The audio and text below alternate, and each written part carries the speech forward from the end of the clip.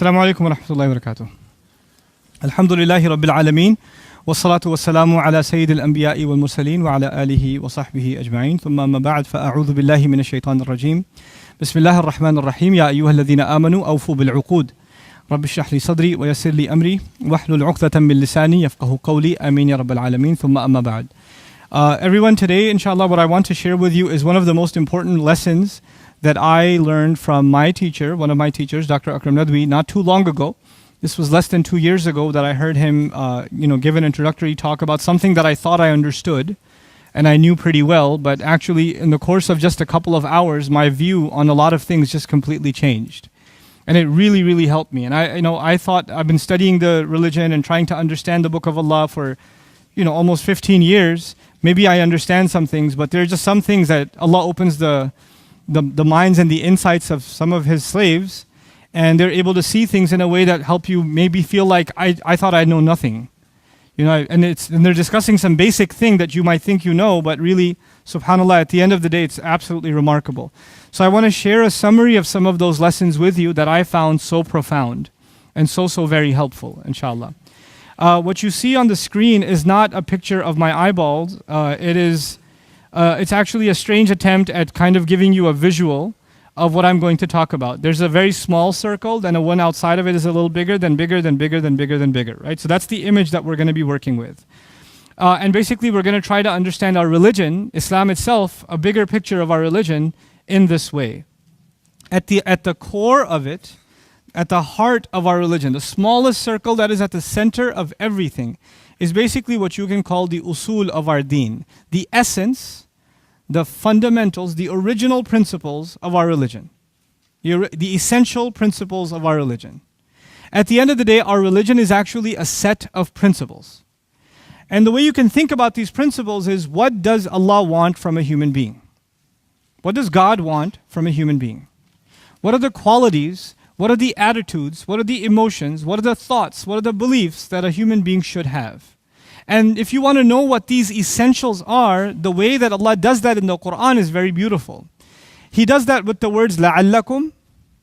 He does that with the words لَعَلَّكُمْ. So He'll tell you something, something, something. لَعَلَّكُمْ تَتَّقُونَ لَعَلَّكُمْ تَشْكُرُونَ لَعَلَّكُمْ تَذَكَّرُونَ لَعَلَّكُمْ تَعْقِلُونَ. So that you remember, so that you're grateful, so that you have taqwa, so that you think, so that you reflect. All of those are fundamental qualities a human being should have. A human being should be a person of reflection.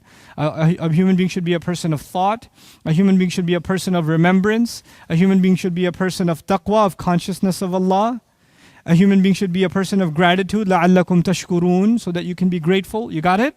So whenever Allah says لَعَلَّكُمْ and He mentions these verbs, these are qualities that we have to bring into our life. These are the essentials of our religion. I am a slave to Allah successfully if I'm able to bring these qualities into my life. Now I won't list all of them, but just a handful. I just mentioned them, I'll repeat them to be able to think clearly. لَعَلَّكُمْ تَعْقِلُونَ لَعَلَّكُمْ تَشْكُرُونَ. So you can be grateful. لَعَلَّكُمْ تَذَكَّرُونَ. So you can be people of remembrance. So you can make efforts to remember. لَعَلَّكُمْ تَتَّقُونَ. So you can protect yourselves. You can save yourselves from trouble. Be cautious, right? All of these, and of course, لَعَلَّكُمْ تُفْلِحُونَ. So you can succeed in your afterlife. Allah says لَعَلَّكُمْ تُفْلِحُونَ quite often.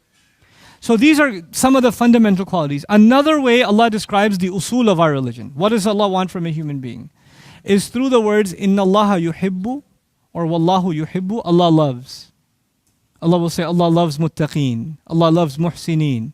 Allah loves, and He'll add several qualities. And these are people, these are enhancements to yourself and to myself that we want to bring into our lives. And finally Allah will say, Inna Allaha ma'a. Allah is with.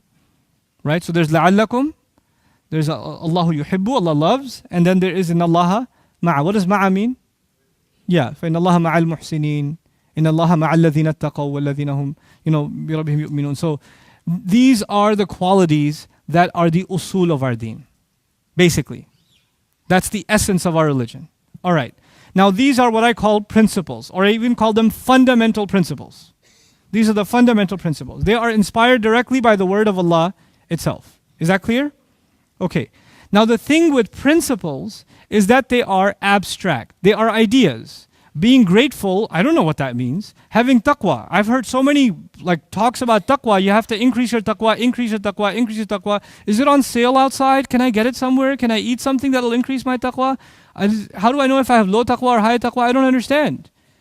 Or you have to increase your iman, or you have to increase your tawakkul. These are abstract ideas, And how do we bring them practically into our life? In order for us to be able to do that, that's the next circle. The next circle is actually the fundamental obligations and the fundamental prohibitions. The fundamental obligations and the fundamental prohibitions. For example, we have 5 pillars in the religion, yes? Everybody's clear about those. Now the thing is, for example, salah. Salah is an obligation. But actually, it is an obligation that fulfills one of the essentials. Remember, the principles are the most important thing. And even the obligations Allah will give us, the point of them, the purpose of them, is to reinforce a principle. For example, Allah says, أَقِمِ الصَّلَاةَ لِذِكْرِ. Establish salah to remember me. Is remembering Allah a fundamental principle? It is. How do you practically bring the remembrance of Allah in your life so that in a way that pleases Allah? Well, the ultimate way to do that is what? Salah. So Salah took the abstract idea of remembering Allah and brought it into a practical reality. Allah says about fasting, كَمَا كُتِبَ عَلَى الَّذِينَ مِنْ قَبْلِكُمْ لَعَلَّكُمْ تَتَّقُونَ. Fasting was given to you so you could have taqwa. Taqwa is abstract. Can you give me some practical exercise that I can do, some practical ritual that I can follow that can actually bring that abstract into my life? What is that practice? Fasting is one of those practices. What you're going to find is every single obligation that Allah gave, fundamental obligation that Allah gave, it reinforces what? One of the principles. It's there to bring that principle into our life. Now what unfortunately has happened in our ummah is that we've separated the ahkam of Allah from their principles. So people are fasting, but they have no idea that the purpose of fasting is to develop taqwa.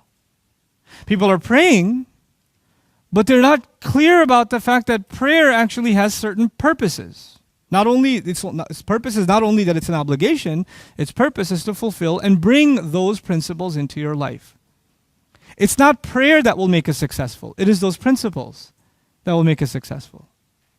Its prayers is a means to an end. You understand? Fasting is a means to an end. Now we have made the means and we have turned them into the end. That's a very serious problem. The Quran doesn't let you do that. The Quran, every time it'll describe an obligation, it'll tie it to its end, tie it to the principle. We're the ones who separate it. We're the ones who cut it up. Okay? This clear so far? I'll give you another, by the way, it's not just obligations, it's also prohibitions, things we're not supposed to do. So for example, one of the things that Salah does is تَنْهَى عَنِ الْفَحْشَاءِ وَالْمُنْكَرِ. It prevents from evil, it prevents from shamelessness, because shamelessness will get rid of one of the most fundamental qualities of gratitude, of selflessness, of taqwa. It'll remove them, so Salah will prevent you from them. And the things Allah forbade you from is the things that that if you do them, it will violate one of those principles. Every prohibition will violate one of those principles. It'll go back to the usul.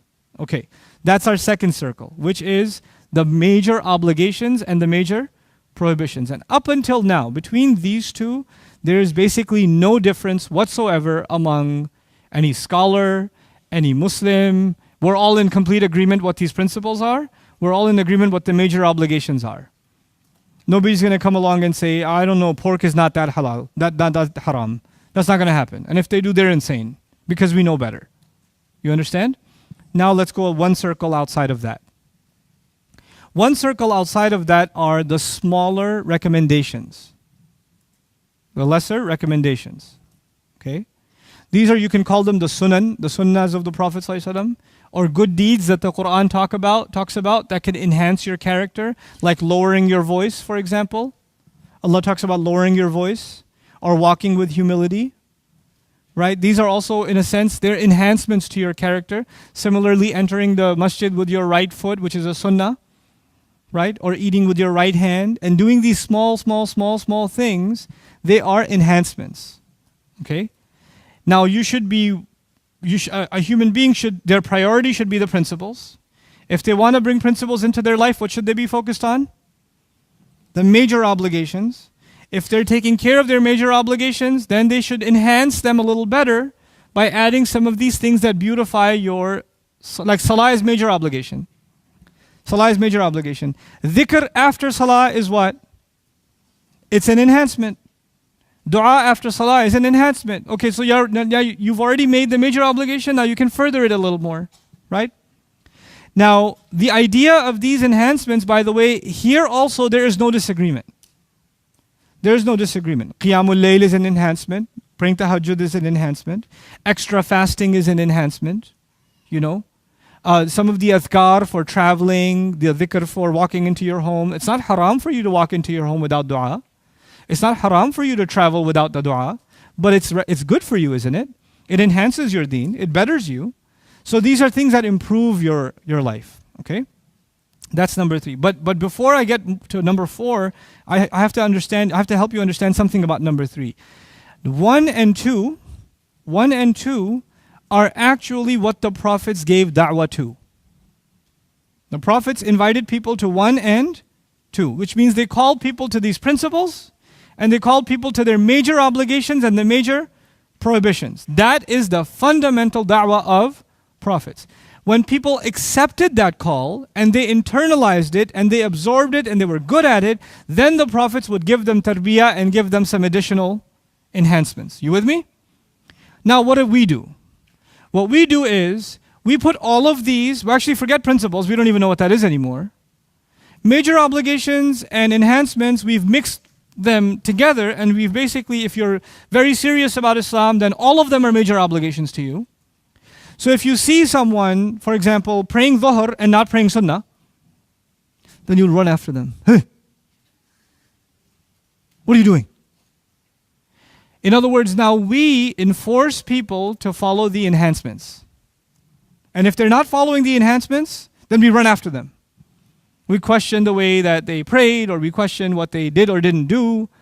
You know, for example, even tajweed. Tajweed is not in the second circle. Tajweed is in the third circle. But what do? Your salah doesn't even count. You're not reciting, you're getting sin for reciting Quran. No, you're not getting sin for reciting Quran. You should learn tajweed, you should try to improve it, but if you're sitting there counting how many lengths were the muds and how long was the qalqala, this was not how Sahaba did it. This was not. You should be improving it, absolutely. But when you turn these things that were supposed to be enhancements, they're beautification, they're decoration for your home. You know, your home needs a door, it needs a lock. Your home needs windows for air circulation. But your home does not need the extra kind of carpet. It does not need paintings on the wall. They're nice to have. It adds comfort. Putting a sofa adds comfort.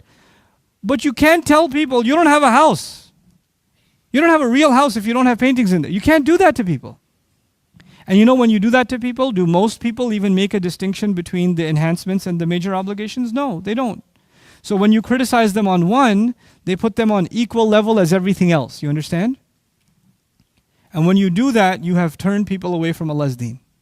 I'll give you a serious implication of this. So for some people, for example, virtually everything is haram. Virtually everything is haram. And so they'll tell somebody, you know, by the way, video games, haram. For example, you can't play video games, they're haram. You can't watch TV, it's haram. Are you listening to the radio? That's haram. They'll just haram everything. Now, the thing is, there are certain things that are in the second circle, primary prohibitions, like alcohol, like zina. Those are big. And they belong where? In the second circle. And those Allah calls haram, doesn't He? And now you just called video games haram. Now when you did that, you put those things that Allah made haram and the thing that you don't like on the same footing. So for a young man, a young woman who's watching a movie, whatever, they're watching, I don't know, some stupid film. Watching movies is haram. I say, it's haram, but I watch it all the time. If it's haram, then I'm already in trouble. And since I watch a lot of movies, I'm in really deep trouble. But since I'm already in deep trouble, might as well try other haram. Because, I mean, I'm going to hell anyway, might as well go out with a party. So now since you put alcohol and listening to the radio and playing a video game on the same level, in the mind of the sinner, they became the same. And video games is easy, just no big deal. You know, watching a movie is no big deal. And now zina became no big deal. Alcohol became no big deal. Drugs became no big deal. So when we don't keep these priorities the way Allah intended them, then we start creating problems in society. People think the more things we list haram, the better it is for the people. We're protecting the people. Let me tell you, prophets protected people better than everyone else.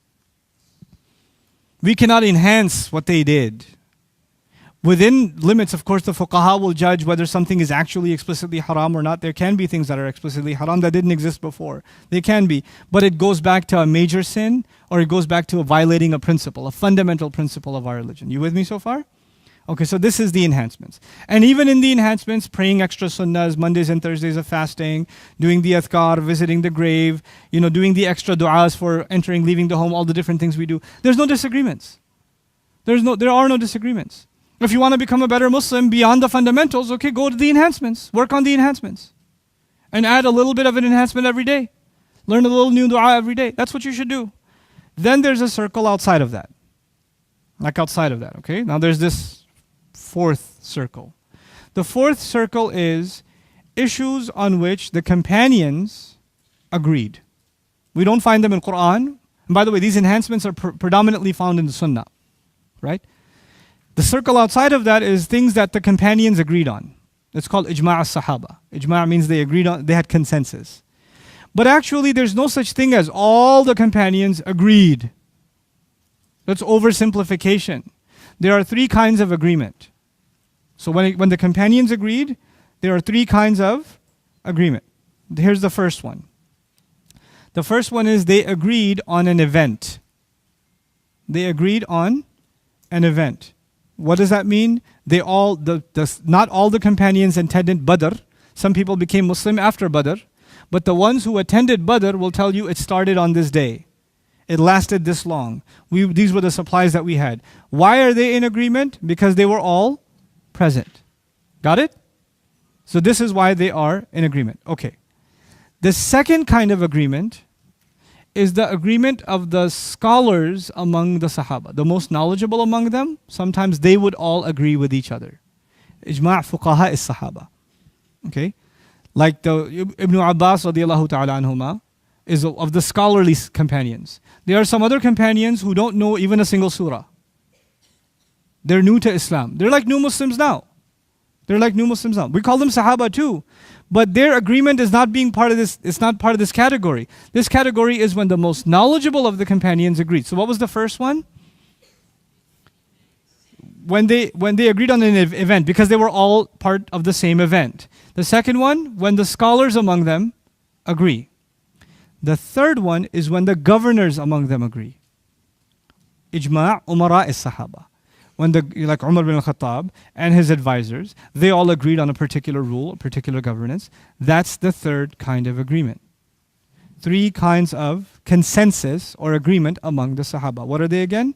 Event, the scholars, and the governors. When Umar bin al-Khattab decides something, he doesn't consult every single Sahabi. There's thousands upon thousands upon thousands of them. He has to take his advisory council, and they have to make an agreement, and they pass that verdict, and they make that a policy, and everybody else follows it. You got it? Okay? Now, this is agreed. Now, the problem here, as we go, I want to highlight problems. What people do nowadays is they say, all the Sahaba agreed on da-da-da-da-da. Wait. All the Sahaba agreed. Where did you get that from? Well, it's obvious. Like, no, where is it obvious? It's in the books. Which books? Go read them. You can't just throw these words out. All the Sahaba agreed. You can't do that. Your words have to be based on some evidence. You can't just throw those out. And people throw these words out. Like they say, the funniest things I've ever heard is all the scholars agreed on this. Like, what? Okay, name 10 of them. All of them. If you read tafsir, you'll find there's no such thing as all the scholars agree. It's so funny. I'm reading tafsir like Qurtubi, Tabari, Jalalain, Ibn Kathir, Ibn Ashur, Ash-Shinqiti, and one of them will say, فَقَدْ أَجْمَعَ الْعُلَمَاءُ عَلَى هَذَا وَخِلَافُهُ نَادِرٌ. The scholars agreed on this, and the opposition to this is very rare. The other mufassir will say, the scholar agreed on this, the opposite, and the opposition is very rare. Meaning for them even agreement or majority is relative. Majority is relative. This requires a lot of study and a lot of depth. Sometimes the fuqaha of the Sahaba, the smartest of the Sahaba, the scholars among the Sahaba had different opinions. They disagreed. They had opposing opinions, and that's okay. Where's the deen in absolute agreement? Where is there absolutely no disagreement whatsoever? First three circles. First three circles. When we preach, when we stand on behalf of prophets and share, what's the primary thing we share? 1 and 2. When people are within our wing, they're in our family, they're in our circle of friends, and they've already accepted the first and the second, then what do we work on? Then we work on 3. And 4 is very specific to research and study. But you cannot start with 4 and say, that's Islam, everyone.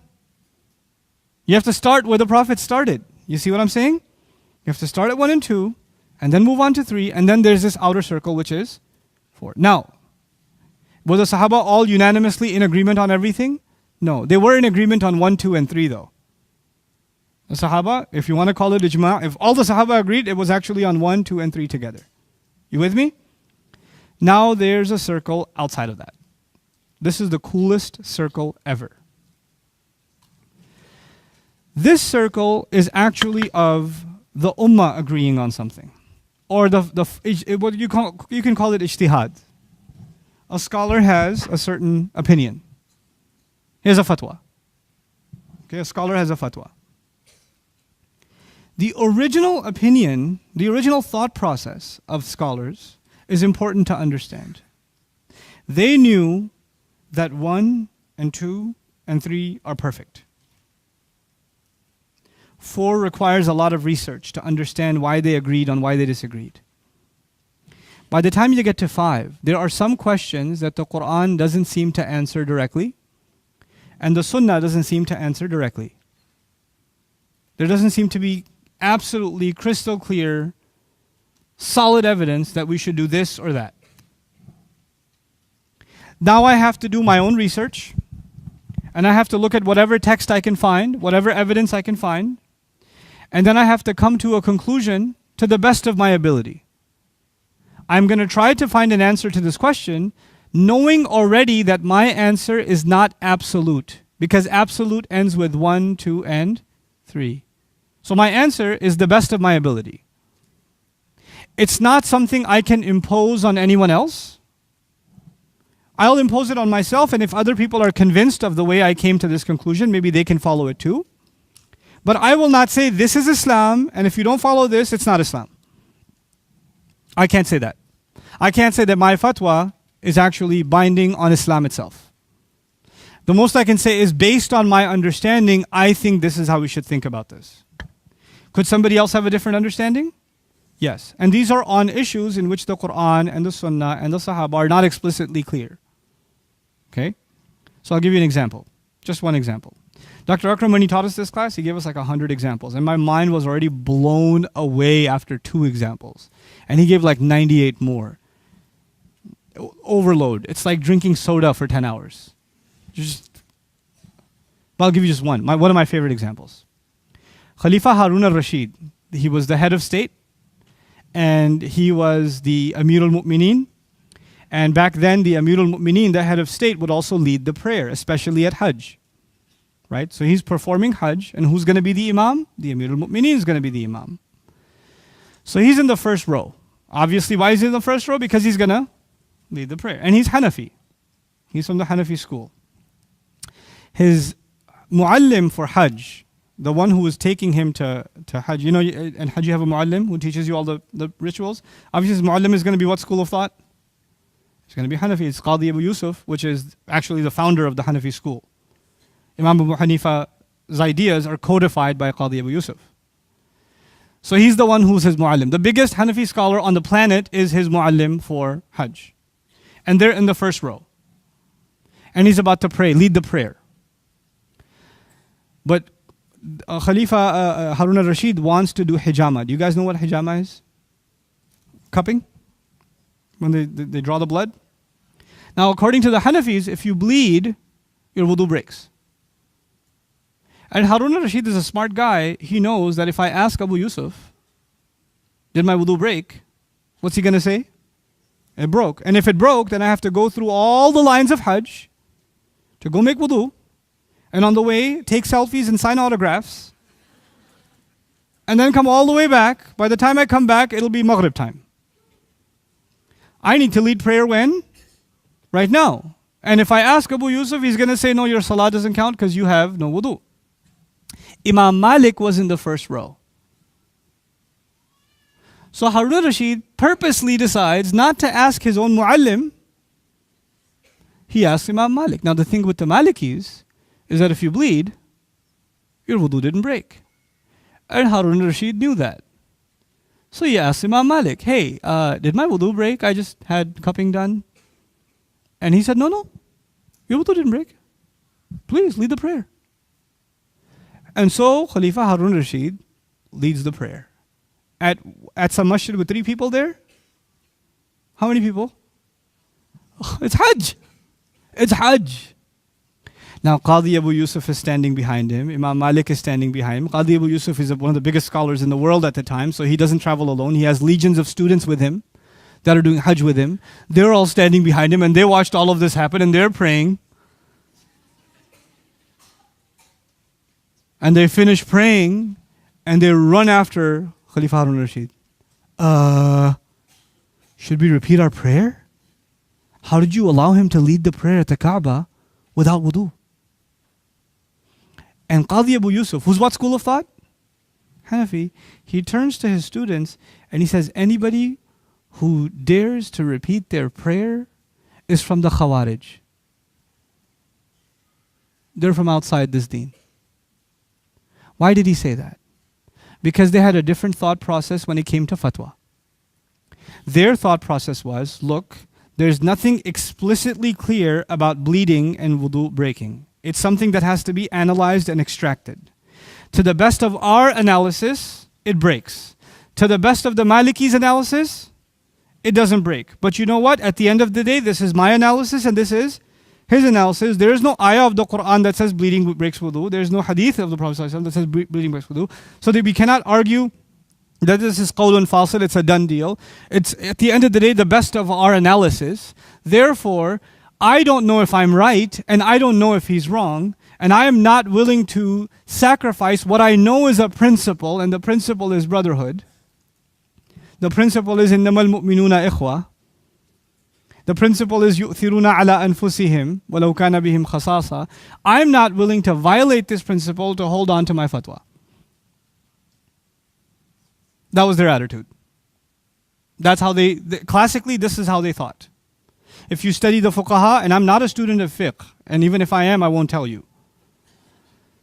But if you study the fuqaha and they disagree with someone that they disagree with from a different school, they'll first have one page of dua for them. And then they will say why they disagree. And here's why I disagree. And then the other will respond and say, well, thanks for your dua. Here's some dua for you. And here's why I disagree with you. They're not always that nice though. They're not always that nice. Sometimes they really go at each other. You know, هذا أقبح ما قيل. That's the ugliest thing that could have been said. They'll write things like that too. But these circles are important to understand because we need to understand how Islam is today with this map. What is our priority? Number one priority. Principles. Principles. Fairness. Justice. Consciousness of Allah. Honesty. Truthfulness. These are priority. What teaches those principles? The fundamental obligations are supposed to reinforce those principles.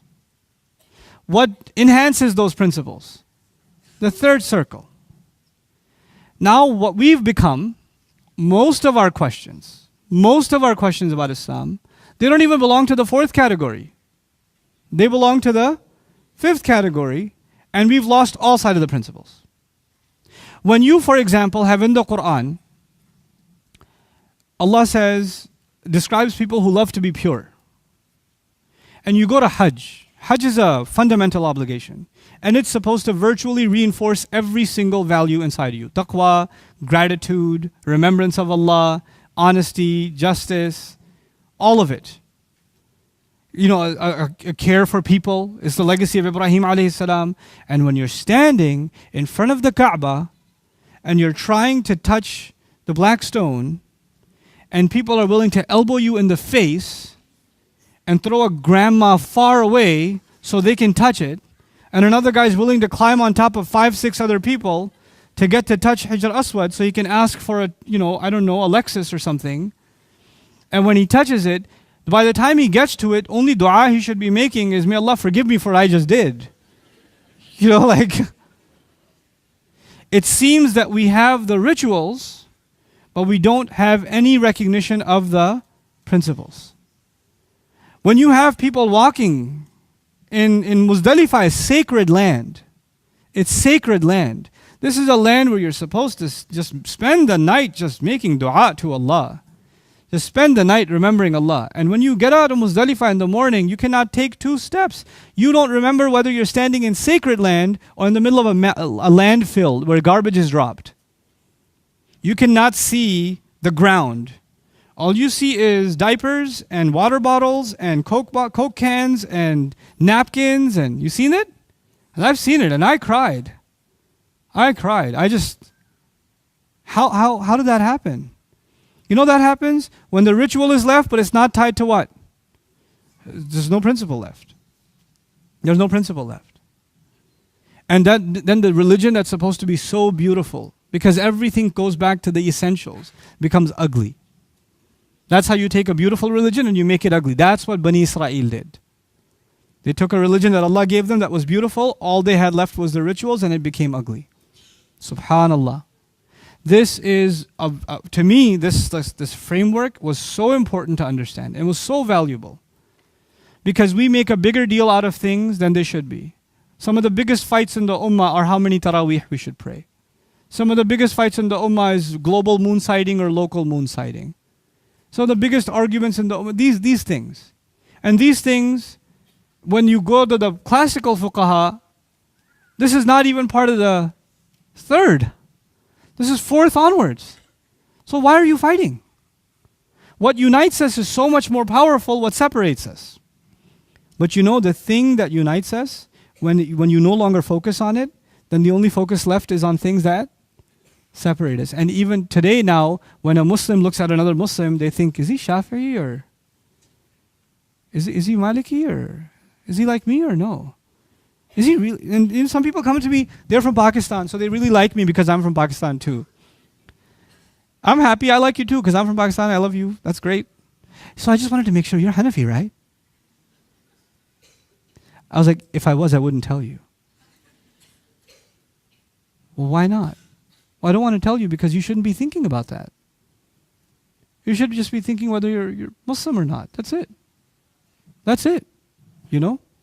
And so, this was the first lesson that I covered with him that I found so amazingly beneficial. I'll leave you with the first thing he said.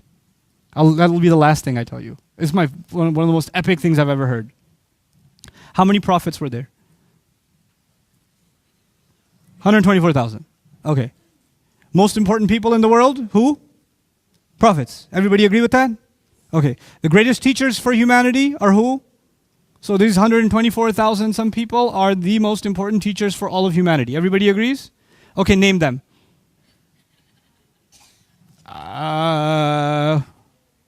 Why? They're the most important people. You should know their names.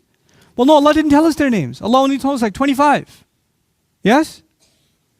So there's a few missing? These most important teachers of Islam, we don't even know their names. Allah will not ask you who Abu Hanifa was. He will not ask you who Imam Shafi'i was. So relax. If I say it, it doesn't mean anything. When one of the biggest Hanafi scholars in the world says it, I go, that was his introduction. I was like, we have to put things in their proper place first, before we learn. So he started with that. Now, my last comments. Those were his first comments, and I made them my last comments. My own last comments are about how the Muslim mind works. I know this because my mind used to work this way. When you're growing up learning about Islam, sometimes you hear a story. Some barakat or some this sheikh made this dua and then this happened and that happened. Or you have a story of the companions. Or you have a story of the prophets.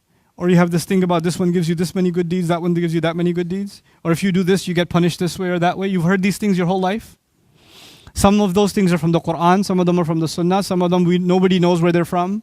Some of those are just stories, and there's these different things. And in your head, there's this mixed ground salad of all of these things together, and all of them are Islam together.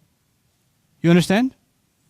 But should it be separated? What is the word of Allah and the teachings of the Prophet ﷺ? And that should be in its place, and you shouldn't mix this with other things. We shouldn't be mixed with other things. Why am I drawing these circles? So that when you think about Islam, you primarily think about the first three circles. And when you hear anything else, you can put it in its proper place. And if you disagree from 4, 5, and 6 onwards, if you disagree with 4, 5, and 6, that does not make us a divided ummah. That does not make us a divided ummah. Where's the unity of the ummah? 1, 2, and 3. That's where the unity of the ummah is. We don't have to all have the same fiqh.